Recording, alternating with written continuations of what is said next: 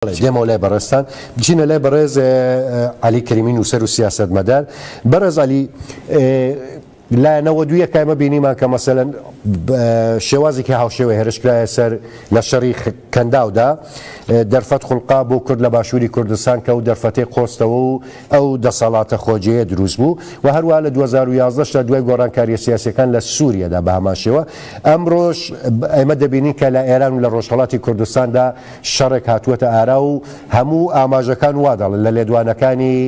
نەتانیاهو سەرۆکوەزیرانی ئیتالیا ئیسرائیل بگرێت تا دەگاتە تەنانەت بەڕێوەبەرانی وڵاتانی ڕۆژاواییش کە ئێران تۆمەتبار دەکەن و پێویستی دەبینن کە گۆڕانکاریەک لە ئێراندا بێتە ئاراوە. بەڕێزت بەگشتی ئەم شەڕە چۆن دەبینیت و سناریۆکانی دوای ئەم شەڕوە چۆن پۆلێنبەندیەکەی؟ سڵاو و ڕێز و حرمەت بۆ خۆتان، بۆ کارمەندەکان، بۆ بینەران. زۆر ساشی دەبینم وڵا ئێمە پێویست ناکە لەگەڵ میلەتەکەمان بە دیپلۆماسی و بە ئەوە ئێستا بۆتە باو هەموو کەس دژی شەڕە ئەکە زۆر شەڕ دنیا ساغ بۆتە زۆر جار کێشەی گەورە 6 ساڵی کردو هەر لە زمانی محەممەدی ئیسلامەوە هەتا عومەر و هەتا ئەولا و هەتا حربی عالەمی یەکەم و حربی عالەمی دووەم و یعنی زۆر جاران شەڕ ڕەنگە یەکلاکەرەوە بێت و ڕەنگە قۆناغی مرۆڤایەتی لە قۆناغی کۆبرێتە قۆناغێکی دیکە. دەبوو ئێمە پێم خۆشە کە بەڕاستی سەریح ببین لەگەڵ یەکتر و بە سەراحەت قسە بکەین. هیچ ئەومان نییە کە داخوا چه ئیرادمان لێ دەگرێت چه ئیرادمان لێ ناگرێت. هەر کەس دەگرێت با بیگرێت بیر و باوەڕەکان ئازادن. هیوای ئێستا ئەوڕۆکانە من دەیان ئەوەم دیوە کە تفو لەعنەت لەو شەڕی دەکا و بەناوی چەپ و بەناوی چی و بەناوی چیەوە. ئەم پێم وابێ کە هەر شەڕێک کە بێتە هۆکاری ئەوەی کە نەتەوەیەک قشتێک جەماعەتێک بێنە ڕاست بێنە ڕزگارکردن ئەم بۆ دژایەتی بکەم ئەم جارەکانە ئێمە 46 ساڵە هەمومان کە لێرە دانیشتوین هەمومان کە لێرە لەسەرەوە شاشەی 46 ساڵە ئێمە لەگەڵ حکوومەتێکی هار و حکوومەتێکی سەرکوتکەر و حکوومەتێکی مرۆڤکوش ئەمە خەریکین دەژین خەریکین دەست و پەنجە نەرم دەکەین بە قەولی کابرا دەڵێت. یعنی ئێستا بە هەر جۆرێکی بێت دا شەڕی ناودنێ ئەمریکای ناودنێن ئیسرائیلی ناودنێن خۆگە بۆ خۆمان هێزمان هەبایە لەو 46 ساڵیدا لێماندا بایە زۆر خۆش نەمان بووە نییە بۆ ئەوە حقیقەتێکە کە من دەمێت زۆر بە سەراحەت لەگەڵ خەڵکەکەی قسە بکەین. ئەوەیە کە ئەوان هاتوون وەڵام من دەستخۆشیان لێ دەکەین ئەو لاولای نییە ئەوە نەتیجە ئەوە نابێتە نهۆی وەی کە ئەمن لە بیر و باوەڕی عەدالەت خوازی و مافی مرۆڤایەتی خۆم لام داوە نا ئەمە ئیتفاقاً بەعەکسەوە کاتێک دژە مرۆڤێک کاتێک دیکتاتۆرێک کاتێک کەسێک کە بڕوای بە سێدارەوە ئەوە هەیە بە ژن کوشتن هەیە گێن لە ناوی دەبن ئەمە نابێت دژایەتی بکەم ئەمە بەڕاستی ڕوون لەو جەماعەتەیە کە بە ناوی هومانیتی و بە ناوی مافی مرۆڤ و بە ناوی چەپبوون و بە ناوی نازانم چی خەریکن شتەکە چاواشە دەکەن خەریکن شتەکە بەلایەکی دیکەدا دەبن. یعنی زانی چۆنە ئەمە ناکرێت ئەمە نەگە ئەوڕەکان دژێ و شەڕی بم دەکەومە بەرەی ئیسلامەوە دەکەومە بەرەی خامنەیەوە بە هیچ شێوەیەک نابێ ئەوەی بکەین بە هیچ شێوەیەک. ئەگەر خامنەیی خراپە ئەگەر کۆماری ئیسلامی خراپە دەبێ پاڵی پەیوەنێن کە ئەو شەڕە یەکلاکەرەوە بێت پاڵی پەیوەنێن کە ئەو شەڕە ئەوە بێت وەلەوەی بۆ ئەوەی دەبێت چێ بکەن دەبێت خۆمان ئامادە بکەین ئێمە شانی بەرینە بەر دەبێت شانی وە بەرخەین. دەشکرێ بەڕاستی بە ئێمە دەکرێت کە شانی وە بەرخەین ینی ببینە یارمەتی دەرێک ئەو شەڕێکی زۆر قورسە. شەڕەکە ئەوەیە کە فقط بە تایارە دەکرێەوە وەکو پلەیستیشن شتی ئاوە دەچێت دەوتە ڕۆژەی بۆیە ئێمە دەتوانین لە خوارەوە ئەوان کە لە ئاسمانەوە خەریکن ئێمە دەتوانین لە خوارەوە خەریک بین میلەتەکە بێینە سەرخەت میلەتەکە بێینە ئامادە بکەین و بەڕاستی لە شارهایەکی وەکو تاران و شیراز و تەورێزێ دەکرێت ئەژنۆیان پێدادەین دەکرێت چۆچیان پێدادەین دەکرێت ئەو ڕۆکانە سعاتێک لەوە پێش ئەو بەرنامەیە ئەوە دوو دانە بۆمب و تەلەڤیزیۆنی میلی نیشتیمانی ئێرانەکەوت دیکە کە تەواو فەرقی کردو تەواو یعنی ئەمن مەبەستم ئەوەیە کە ئێمەی کورد بابینەوە سەر چوارچەوەی کوردی ئێمە بە ئێمەی کورد نابێ بەو شەڕە ناڕەحەت بین. ئەم شەڕە بە قەولی کابرا دەڵێ ئێمە هیچ زەرێک ناکەین بەغێرز ئەوەی کە کەلەفچەکانی دەستمان ڕزگار دەکەین و ئەوان هەرا و پەڕێتی بۆیە ئەمن ئەسەن لەگەڵ ئەو خەتە نیم کە جەماعەتێک دائیتر بە نەفع و لەبەر بەرژەوەندی و بە تایبەت لە باشووری کوردستان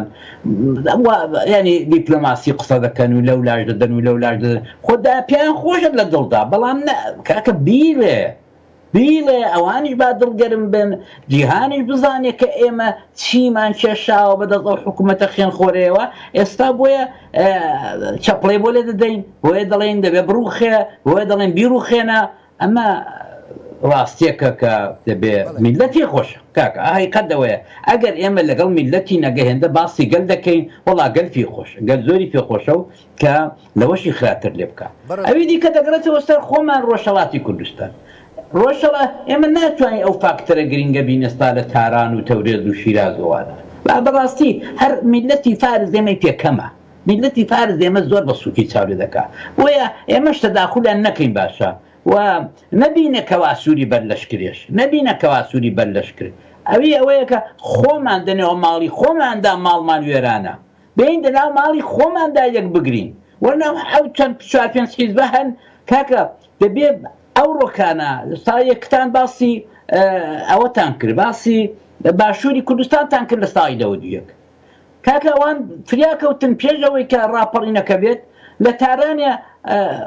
یەکگرتوویەکیان دروست کرد بەرەیەکیان دروست کرد کاکەمەوە چەند ساڵە هاواری بەرەی دەکەین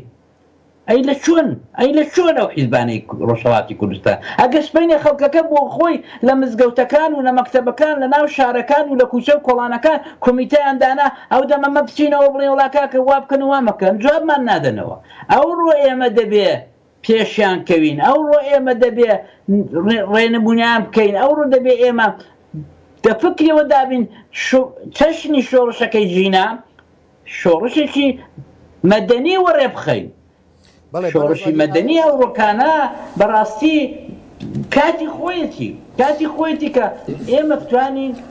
یارمەتیدەری ئەوە بین کە جمهوری ئیسلامی هەرچی زووتر هابێتەوە هەرچی زووتر لە کۆڵمان بێتەوە هەرچی زووتر نابوت بێت ئەمە دەکرێت ئەو ڕۆکانە لە هەموو کۆڵانەکان لە هەموو شار و شارچکەکان خەڵک هام بدەین کە بێنە سەرجادەی خەڵک هام بدەین کە ئەم ناڵم مەفرەزە سازکەون و بڕۆنەوە بۆ شەڕشتیان نامنەوەی ناڵم چونکە ئاسان هەر سەردەمی شەڕی تفەنگ و کەڵەش و کۆپێ ڕەنگە نەما بێت بەڵام دەکرێت جاری وابێ شەڕەکە یەکلاکەرەوە بێت شەڕی چاک هەیە و شەڕی بەرژەوەندیش هەیە ئێوە پێتان وایە ئایا ئەم شەڕە دەتوانێت کۆتم شەڕی ئیسرائیل دەتوانێت کۆتایی بەدەسەڵاتی کۆماری ئیسلامی بێنیان خۆمان دەتوانین ئەوان پاڵێکی چاچیان پێوە ناوە ئەوان یارمەتیدەرێکی چاک بوون بۆ ئێمە تا ئێستا کوونیە تەقریبەن ئەوەی کە بەمەنە دەکرا ئەوان کردویانە سەرانێکی گەورەی جمهوری ئیسلامیان کوشتووە بە خاچیان ئەسپاردووە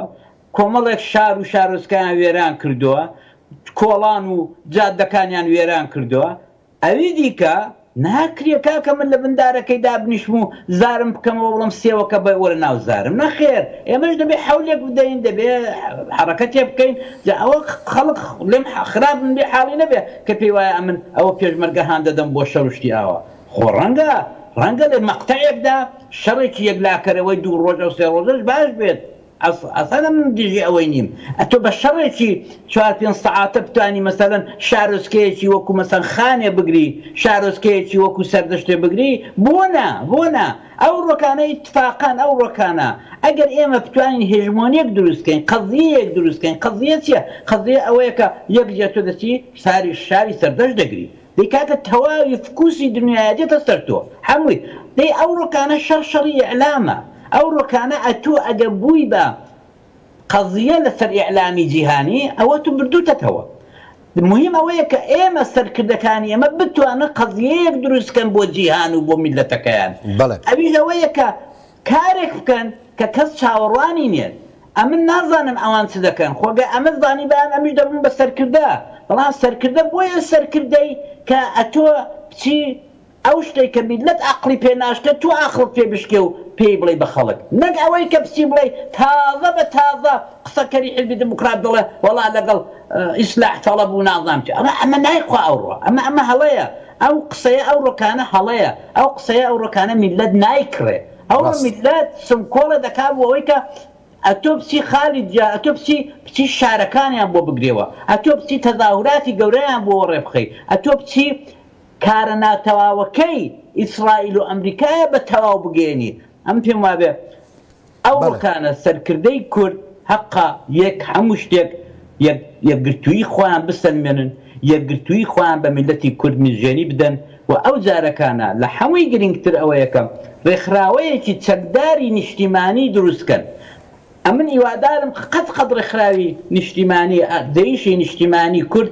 پێویستی بە شەڕ نەبێت بەڵام ئەوڕۆ ئێمە پێویستیمان پێێتی پێویستیمان بەوەیە کە ئەگەر 12 میلیشا بگەڕێنەوە بۆ ناو نیشتیمان کاکە کارەسات دەقەومێ کارەسات ئەمگۆ ئێمە تەجروبەمان زۆرە من تەجروبەی باشوورم هەیە تەجروبەی ڕۆژهەڵاتم هەیە ئێمە نابێت بە هیچ شێوەیەک میلیشا ئیجازە بدەین بچێتەوە ناو خاچ بەڵێ کاکالی دێمەوە لای بەڕێزت ئەگە ئەوە بزانە شەڕی براکوژی ئەمەلێ و لەبەر دەرگات بەڵێ کاکالی بە بۆچوونی بەڕێزت ئیمکانی ئەوە هەیە کە ئەم شەڕە تا ئێستا کە هاتووە شەڕەکە زۆر بەفراوان نەبووە تەنها لە چوارچێوەی ئاراسەکردنی موشک و بۆمبارانکردنی چەندێک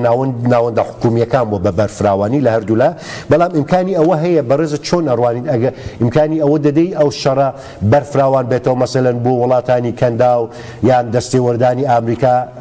لە بابەتەکەدا هەروەک دۆناڵد ترامپ چەند جار ئاماژەی پێکدا کە ئێمە لە پشتی ئیسرائیلین هاوکات مەسەلەن بابەتێکی کەشکە لە ئارادای بابەتی وتوێژە ناوکیەکانی نێوان ئێران و ئامریکاس کە خولی شەشمی بڕیار بوو ڕۆژی یەکشەمەی ڕابردوو بەڕێوە بچێت لە لە عەمان بەڵام ئەوە دواخرا بەگشتی ئەگەر بکرێ بەڕێز گەلۆ ئێران تەسلیم دەبێت دەچێتەوە سەرمێزی دانووسانن لەگەڵ ئەمریکا نا ئەوێت ئەم شەڕە بەرفراوان بکات و چارەنووسیان بڵین تەمەنی خۆی کورتتر بکاتەوە چۆن بە دڵنیای و لاگەری هێرشی بەرفراوان یا پێکێنانی ئێتلافێکی نێودەوڵەتی بۆ هێرشکردنە سەر ئێران ئەوە ئێمە بینیمان کە ئێران لە حاڵی حازردا ناتوانێت بەرامبەر بە ئیسرائیل پاراستنێکی تۆکمە بکات لە ناوەندەکانی خۆی لە شارەکان لە ئاسمانی خۆی لە حاڵەتێکی وادا ئێوە چۆن دەفکرن هەن دووسێ ئەگەری بە قووەت هەن بەڵێ جارێ ئەوەی کە ئێران بە ئاشکرا پێرەکانە لە زمانی ئاغای عێراقچیەوە کوتێمە ئەسەنەر تەواو و دانیشتن لەگەڵ ئەمریکا تەواوە حەقی شێتیەوە گوندێک دەکوژن مفاوزاتی چیوە ئەوە چیوە ینی ئەمە تەواو ئەوە تەواو بووە بەڵام ئەوەی کە ماوە ئەویش ئەوەیە کە ئەوان بمانەوێ نەمانەوێ ئەوەی کە ئەو چەند ڕۆژە دیارە ئەوان کۆماری ئیسلامیان ضعیف کردو کۆماری ئیسلامی ضعیفتریش دەکەن جارێ ئەوە چەند ساڵە دەستیان پێ کردووە بە ئیمبارگۆ و بە حیساری ئیقتصادی و ئەوانە هەر نەفەسیان لێبڕیوە هەر هێزیان تێدا نێشتەوە تۆ لە تاران و لە شارەکانە گەورەکانی ئێرانە مەزیقە و قەیرانی نەوت و غاز و بەکارەبا و بنزین هەیە یعنی ئەم چەند شتانە ئەساسن بۆ وڵاتێکی ئەمڕۆ لە دنیای مۆدێرنی ئەوڕۆدا لە دنیای ئەوەدا لە مەسەن ئێستا ئینترنێت یەکێک لە شتە حیاتیەکانە ئینترنێت دەتوانێت خەڵک تووڕەکە نەبوونی ئینترنێت دەتوانێت خەڵک بێنتە سەر جادەی نەبوونی بەنزین ترافیکێکی زۆر کوشەندە دەتوانێت خەڵک تووڕەکە ئەمانە هەمووی بەرەوکی ئێرانیان گرتو هەمووی ئەوانە بۆیە فاکتەرەکان زۆرن بۆ ئەوەی کە ئێران نەتوانێت هەستێتەوە سەر ئەژدۆ زۆرە ئێمە دەبێت ئومێدمان بەوەی هەبێت ئەوەی کە ئێران چی لێ دێت و ئۆپۆزیسیۆنی سەرتاسەری ئێرانە چ دەکا و چ ناکە بەڕاستی ئێمە زۆرم ئاگادێنێ بەڵام ئەوەی کە دێتەوە سەر ئەوەی کە بمانەوێ و نەمان هەوێت لە یەکەم ئاڵۆزیدا سیما و جۆغرافیا و جیۆپۆلیتیکی کوردستان ڕۆژهەڵاتی کوردستان دەگۆڕدرێت جۆرێکی دیکەی لێدێت وەکو دیومان تەجروبەمان هەیە ئایا دەوێتدا ئێمە ئامادەین ئەم بە سەراحەت پێت دەڵم کاگاوێت بە سەراحەت پێتان دەڵم میلەت لە پێش حیزبەکانە گەل لە پێش حیزبەکانە گەل نەیتوە حیزبەکان هیچیان نەیانتوانیوە ئەو هێژمۆنیە ئەو ئیقتدارە بۆ خۆشیان و بۆ میلەتەکەش دروست کرد کە جۆگر بن میلەت ئەخە میلەت ئەگەر جۆگر نەبێ ئەگەر میلەت ئیلتزامی بەسەرکردەکەیەوە نەبێت چی دەبێت بەل بشیوێک دەبێت کەس خەتیکەت ناقێنێتەوە ئەو ڕۆکانە ئەوەی کە حیاتیە بۆ کورد ئەوەی کە لە هەموو شتێک ضرورترە ئەویش ئەوەیە کە حیزبەکان تەواضوعیان دەبێت کاکە من پێت دەڵێم بڕوان پێ بکە هەر بە عام کوردستان ئەتۆ ئەگەر ئەمن نەبم با نەبێ باش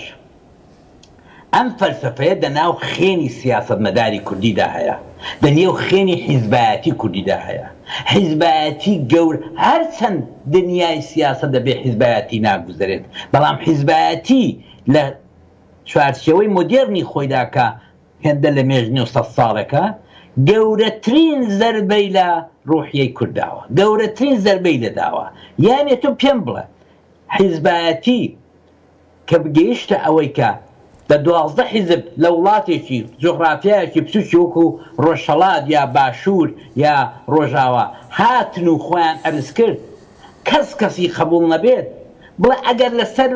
ئەگەر بە دڵی من نەبێت نایکە پێشی دەدەم ئێمە ئەوە عەقڵ و فەلسەفەی ئێمەیە ئەو ڕۆکانە دەبێ ئەوە بێتە گۆڕی دەبێت بێین بڵێن کاکە بە خاتری خوای بە خاتری پێغەمبەری 46 ساڵە ئەو میلەتەتان خنکاندووە ئەو میلەتەوە دەخنچێ ئێستا گەرویەک کراوەتەوە وەرن تەواضوعێکتان هەبێت وەرن پێکەوە با پێکەوە بەرەو ڕزگاری بڕۆین ئەگەر ئەوە بکەن ئەو هەنگاوە هاوێن ئەو هەنگاوە زۆر بە نرخترە تەنانەت لە هەنگاوی دروستکردنی جێشی نیشتیمانیش ئەوەش پێویستە بەڵام ئەوە پێویسترە کە بێنن لە یەکتر حاڵی بن کە ئەمە قسەیەکم کرد دەست بەجێ کاکسیامەن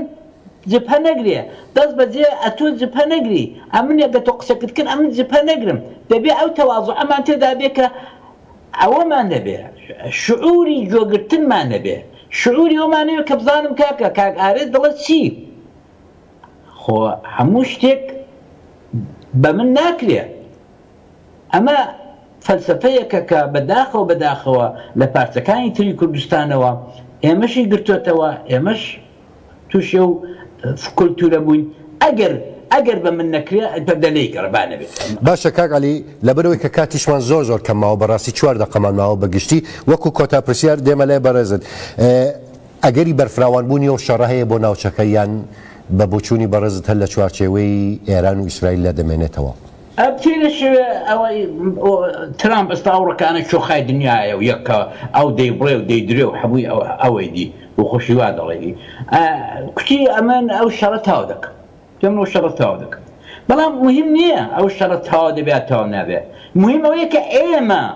قووەتمان گرتۆیان نا میلەتەکەمان هێناوەتە سەر ڕێدایان نا ئێمە دەبێت تەواوکەری ئەو شەڕە بین ئەگەر تەواویش بێت